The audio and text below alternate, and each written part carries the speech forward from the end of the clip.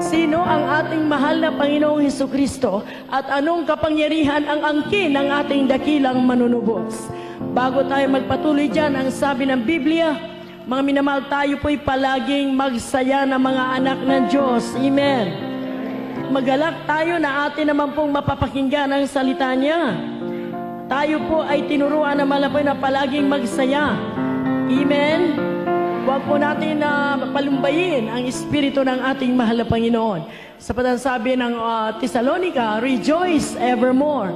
Magpakasaya tayo palagi. At ang mga anak ng Diyos, ang ibinubungan ng kanilang paglilingkod ay kagalakan sa espiritu. Amen. Kapag ang ating paglilingkod ay maayos, nandyan po ang kagalakan na dulot ng ating mahal na Panginoong Hesukristo. Kaya kung hindi po natin nalalasap yung kagalakan, may question po sa ating paglilingkod sa mahal na Panginoon. Sapat anuman po mga pagsubok, sabi ng Biblia, ating matatakasan ito at ating matatagalan ito kapag ang Espiritu ng Diyos ay nasa sa atin.